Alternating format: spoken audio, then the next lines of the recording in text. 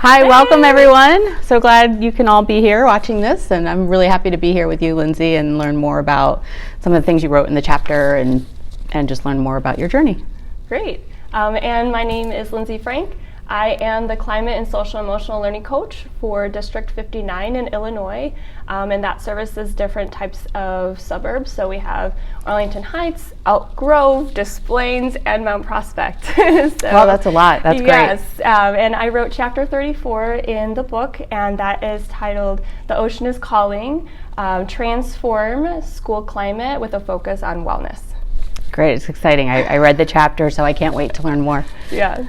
My name is Renee Metty. My school is the Cove School. It's a preschool in West Seattle, Washington, and I wrote the chapter, the Mindfulness-Based Preschool That Found Me.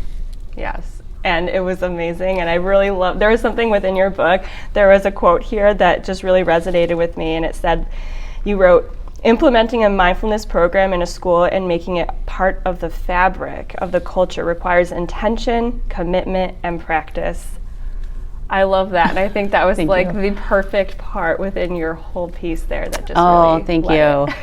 Yes, that was a really important piece for me, and so I loved reading your chapter as well, because one of your kind of main phases or tenets is around embodying mindfulness as we do this work. So I think that's something that's really really important in the work that we do as a type A personality, which we've talked about, that you know well.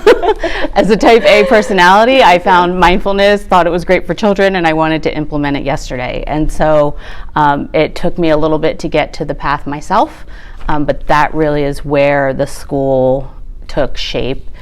Is when I started embodying the practices myself, and I work with adults now, and so that I started with children, but really realized that the work really comes from the adults in the room. Yeah.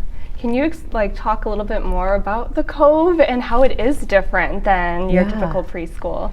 Yeah, so the Cove is a mindfulness-based, Montessori-inspired preschool. So a lot of our curriculum and the way we operate looks like a Montessori, just because Montessori in and of itself, I think, is inherently a mindfulness-based curriculum.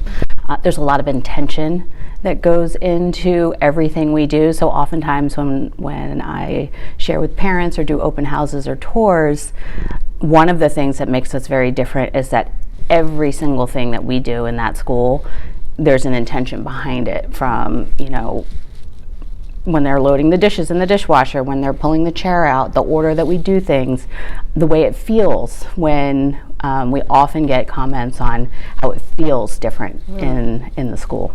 That's beautiful. I love that. I can only just picture it in my mind, the beautiful experiences the kids and families can have. So that's wonderful. One of the key components for me when I visit schools is, do I want to go there? Do I wish I was I could be in that classroom, or could I have that experience? Yes. And when I go into my schools now, into my own school, I'm like, oh, I wish I was a kid in this school. So, That's so beautiful. I love, it really resonated with me, what you're saying, if you want to be there. And this work that we're doing is so transformative. It's not just, mindfulness and wellness isn't a verb. It's not something we're doing. It's a way of being. It's a lifestyle. And so within education and being able to start so early, just being able to have that opportunity to transform our education system and everything. So, and that's really within my chapter. Now it's going from preschool and seeing how that can span across all grade levels up to 8th grade. And really I'm focusing on that within our adults.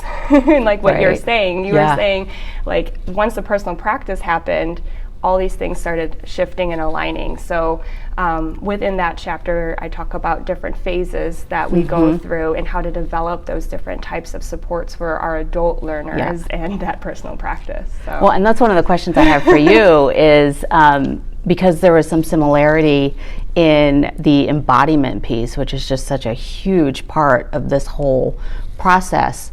It was embody mindfulness with integrity.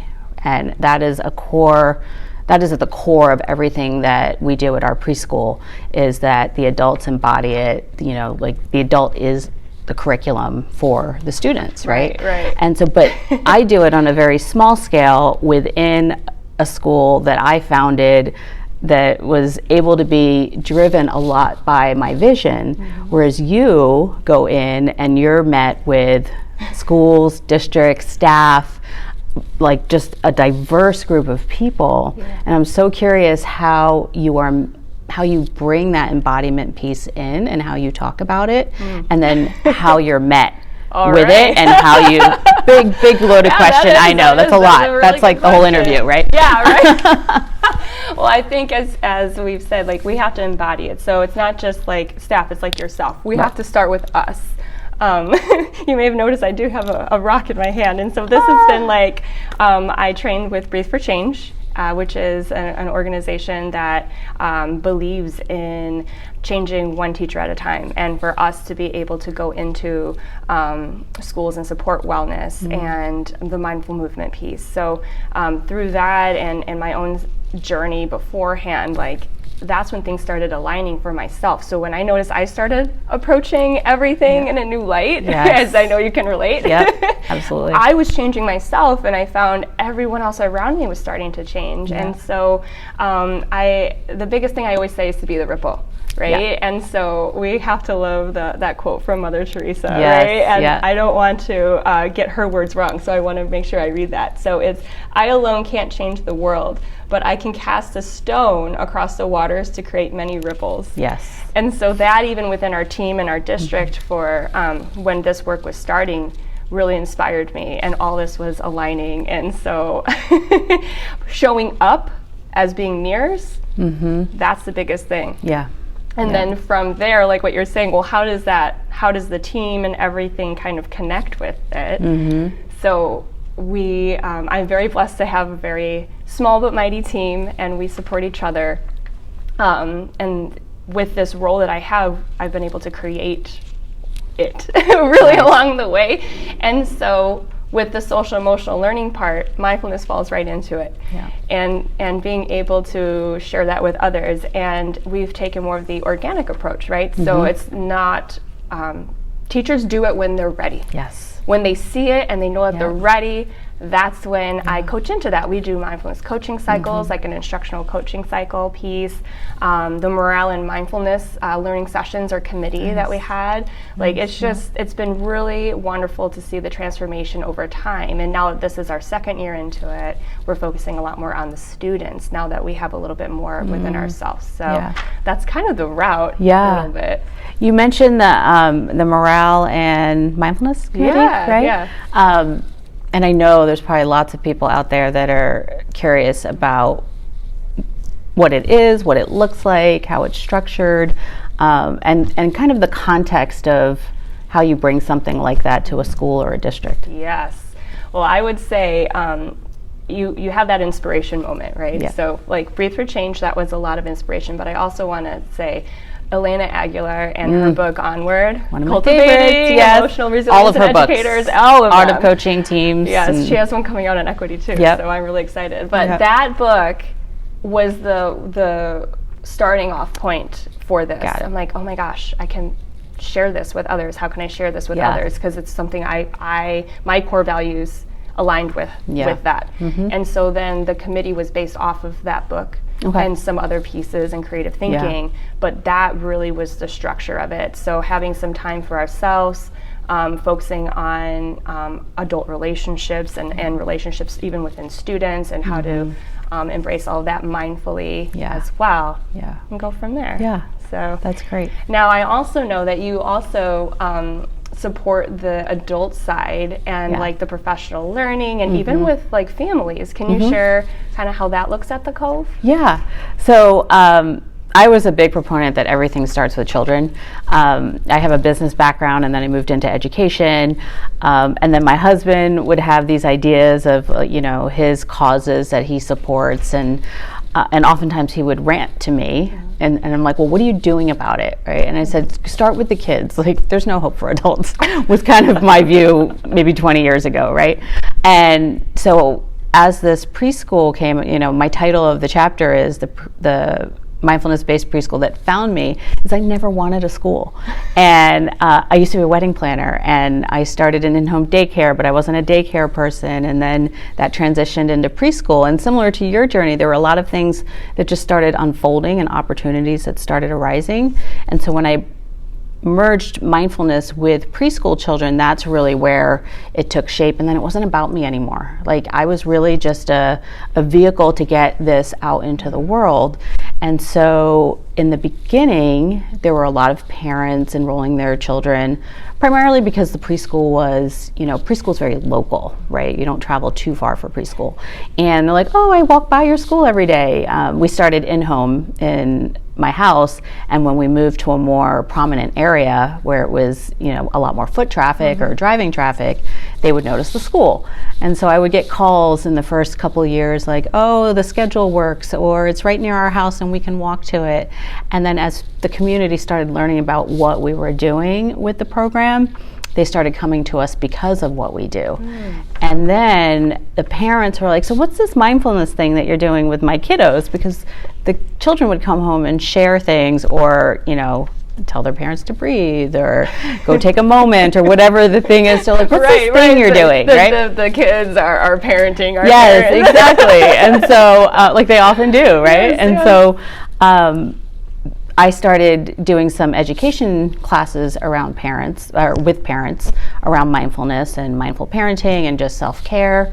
And then some of them had really stressful jobs, and so they started bringing me into their organizations, and it kind of just evolved organically from there. And then just with the embodiment piece, it's like the children go home after a few hours with us, and then there's nothing at home. And so I was providing a lot of education of things that they could do at home, and similar to teachers, like anybody doing this work, when they're ready, right? So it was always an optional thing where I would provide some articles and readings just to kind of whet people's appetite depending on where they were. And then I had a few courses, like in-person courses.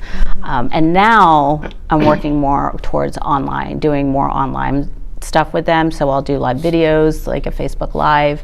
We have a private Facebook group. I'm developing like structured content, and we'll do some parenting coaching with some kind of like an online portal with videos. So that's, coming down the pipeline. That takes a lot of time, effort, and energy, but it's something that I'm a systems person, so it's a systemic approach to it's all connected. So it's the students, the teachers, the family, the community, and I can only do a small piece of that, right? So we have the preschool, and then I can offer something for parents, and then I can offer something for leaders or organizations in the workplace, as a whole family system. It's like you're giving them a big hug, yes. and everybody's all together and working together to support our students. Yeah, I love that. Which really goes to the ripple effect, right? Yes. Like, we're talking about the ripple effect in a very positive way as we practice these practices, right? And then it ripples out. But that is also on the other side. When we are not doing our best in the world, the people around us shift and change and kind of mirror off of that as well. So that's why the systems and the whole unit approach, I think, works the best. Yes, definitely. Yeah. Since starting the Cove and students going on to their next journey in school, have you heard of any feedback or impact that's had? Yeah, I do. And I can't take full credit for this because so I was mentioning how Montessori is also kind of inherently mindful as a philosophy and a curriculum. So I think you'll get this a lot with Montessori students as well, but we get such great feedback about they don't always use these words, but the emotional regulation and self-management of students coming in, especially as kindergartners and first grade. And one particular story that always stands out to me is that one of the parents at my school had a birthday party for her daughter at the YMCA, and the whole staff at the YMCA commented on just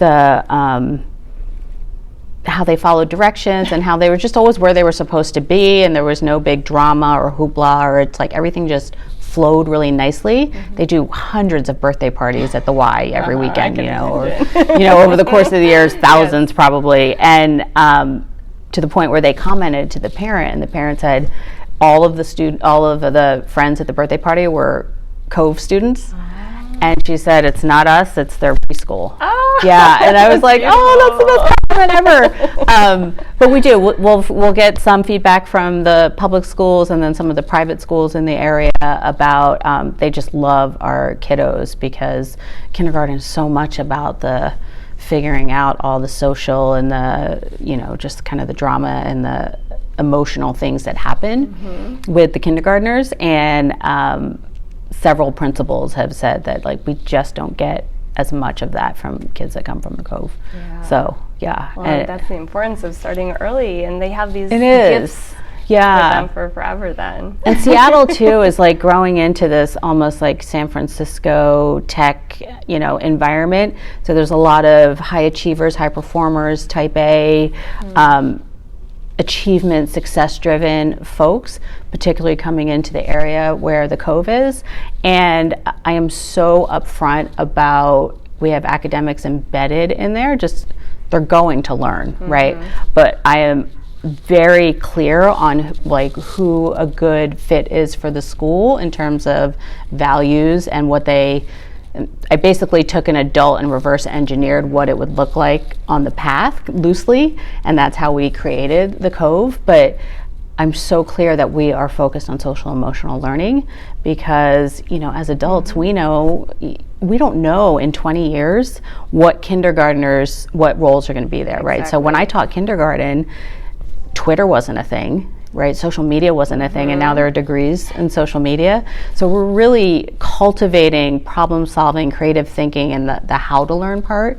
And it can be really startling to some of those families. They come in with questions like, are they going to learn how to read and write? And I said, they'll be exposed to it, and if they're ready, they will. But we really want to have them be in a place where they're aware of their own internal systems, and that comes through a lot in the way we train our teachers and the language, right? And good fit is really about values. So one of our things that I share is that we don't make the kids wear their coats when they go outside, because by saying you need to wear your coat, you're slowly taking away their agency of determining whether they're cold or not, right? And they have a different internal temperature than we do, and they're running around where the adult, it might be 35 degrees out and they're running around, so they're hot, so they're taking their coats off anyway. And so it's those little intentional things that make a huge impact, just as how they develop as a grown adult. Wow. So thanks for sharing all of that. So what are some of the impact that you're receiving from people that have worked with you, and then what are some of the challenges or skepticism that you hear, and then how do you work with both of those? So when people are ready, that has been really a wonderful way of approaching it, and so there's less resistance in that way. Sure. However, when people start asking and seeing things they're wanting to learn more, they want to start dipping their toes in and learning a bit more. So I'm taking that approach of, when you ask, I will tell, and I will support you through that and meet you where you are. Right? So we want to have the personal practice, but that looks different for all people, right? That can look like listening to a particular song and just being fully present with that song, right? Or it could be a full-on mindfulness practice, or washing dishes, right? And that might be your way of just being with yourself and being fully present wherever you are. So being within schools, just supporting any way that you can. The leaders, I think, have been that's the most successful way, is when the leaders are on board. Absolutely. Right? So the schools who have reached out more actively have had the leaders who have reached out more actively. So I think I'd love my next steps to be working more with leadership teams and showing that and embracing that, because they're really part of that nucleus of that school, right? With our kids and supporting our learners in that way. And so far, the feedback that I've gotten has been positive. We've had very positive experiences, and by setting even like the common language, common agreements, right? Within, if you were to embed this into your classroom space or school space, what would that look like? What would we expect? And so just bringing people along in that way. We also approached it more with that trauma-skilled lens, right? So we know that our learners are coming in with a lot of different needs and experiences, and so knowing that this could be an option for them and creating a safe space, and learning how to have a safe space with you, in you, all the time when it may not seem that way, and to learn that way. So that's kind of been our lens with that, and the students have been embracing it. They'll, whichever school I'm at, they'll be like, "Mrs. Frank, look what I learned today," and that they've used it outside. We will give them like a survey also, be like, "Hey, how are things going? Have you tried it outside of school?" And they will say, most of the classes have been upwards of 80% have at least tried once or more outside on their own. Those are always great when the practices start bleeding into the outside, that it's not just in the context of school, because we do it at school, that they're accessing it outside, right?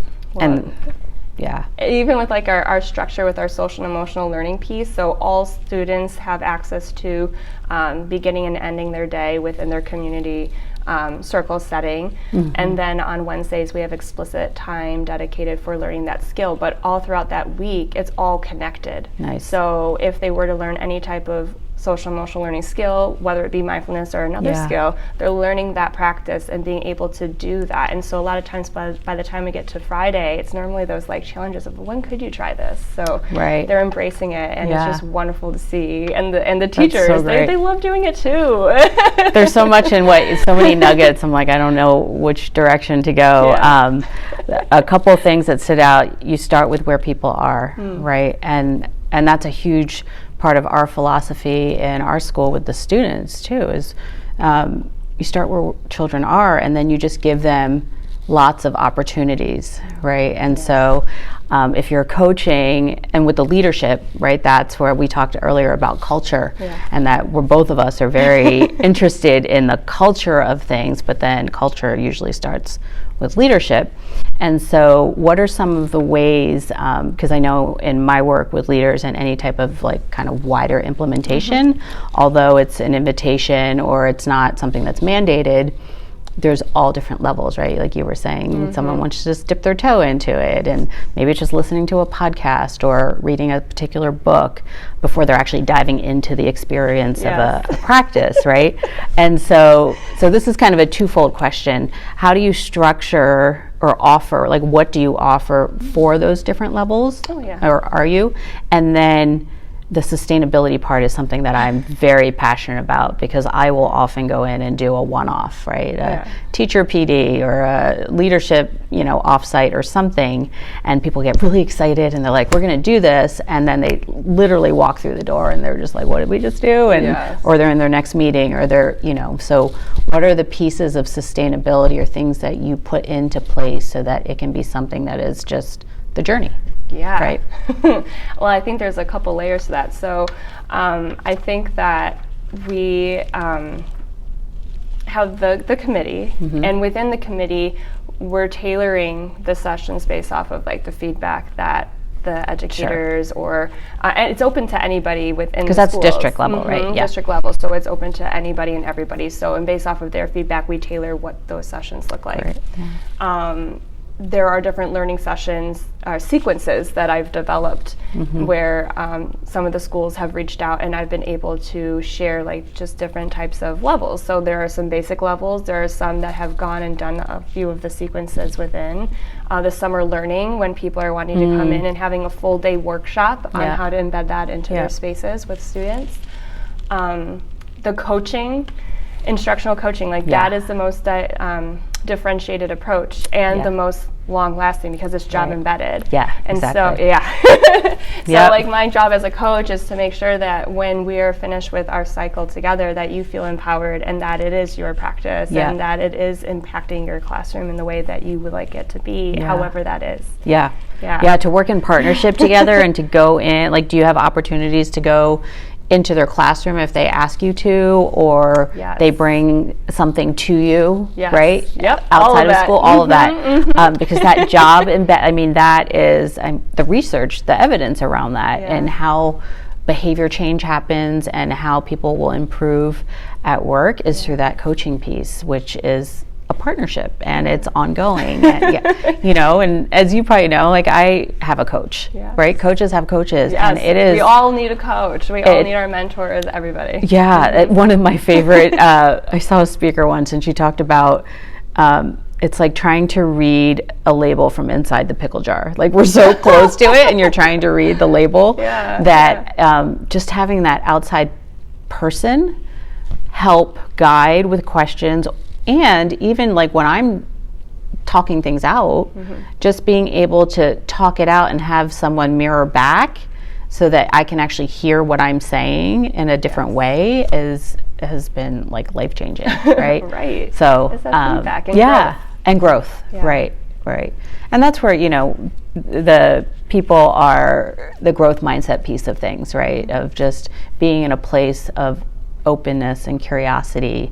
And so it's almost like this feedback loop of the practices helping you at times to be more open and curious, and, you know, because our default mechanisms kick in. So I think that was a good ending point with the word curious, right? And with mindfulness being here and now and open with curiosity. Right? And through all of this, and for sharing the work, your work, my work, all together, and just continuing that learning to have curiosity. Forever. And forever. Into that. The lifelong learner. Well, it was so great learning more, and I love hearing about your journey. And this is really great. Great to meet you. Yeah, great to meet you too. So much. Thanks so much. Thank you so much.